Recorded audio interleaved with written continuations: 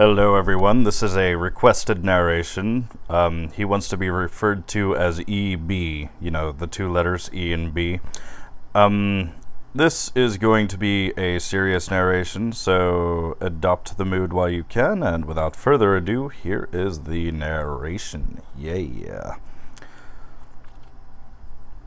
All was silent for the Earth's last day. The few people who were unlucky enough to be left wandered around in a somber silence, yet continued out with their daily activities. There was no hugging or fearful acts of defiance towards their imminent fate. Even the animals seemed to be much more quiet than usual, as if they sensed the doom that permeated the air. When the end finally came to the inhabitants of this floating rock, time appeared to slow and every living creature stopped moving and simply closed their eyes. When I was a child, my mother once told me the story of where humans came from. Every night she would tell of art and literature unlike anything that exists today. She would speak of fantastic animals and buildings made of stone and wood. One day, I came into the room and my mother was crying, her face red and tears streaming down her cheeks. She picked me up and sat me on her lap as she did every other day. With a trembling in her voice, she told me of Earth's last days. Once, long ago, there was a planet filled with war and violence, but the people were oblivious to all of it. In the face of despair, people chose to hide it from view. Mindless masses kept busy with mediocre shows and allowed themselves to grow disinterested with the real world. Media was king, and society faced a decline in both intelligence and health. The small fraction of the world kept everything barely running so that the rest could live wasteful lives. When virtual reality was first created, people all over left whatever little work they did. Even the people who kept the world running decided to live out their lives hooked up to the machines.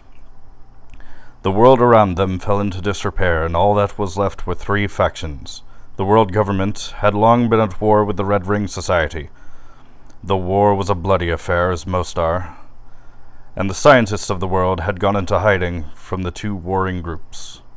Both groups wanted the technology that the WSC had created.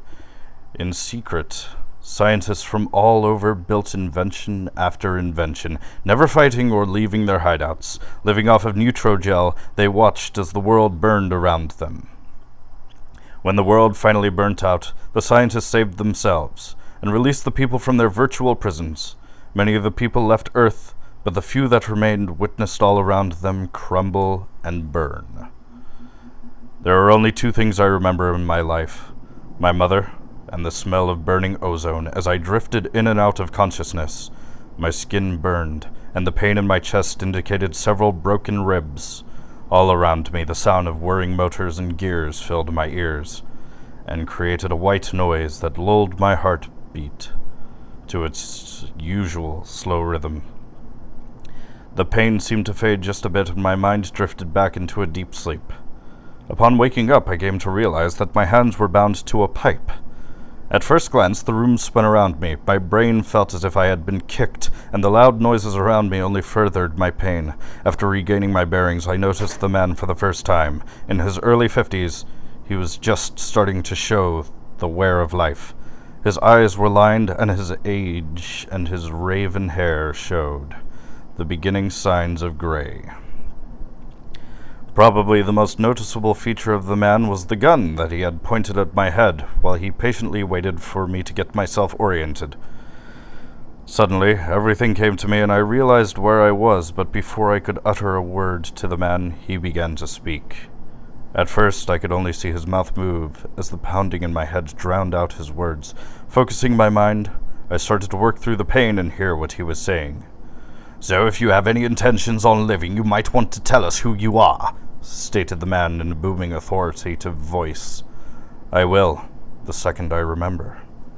And thank you very much for taking the time to listen to this. Yes, I think it was written pretty well, and hopefully narrated pretty well. Alrighty, thank you.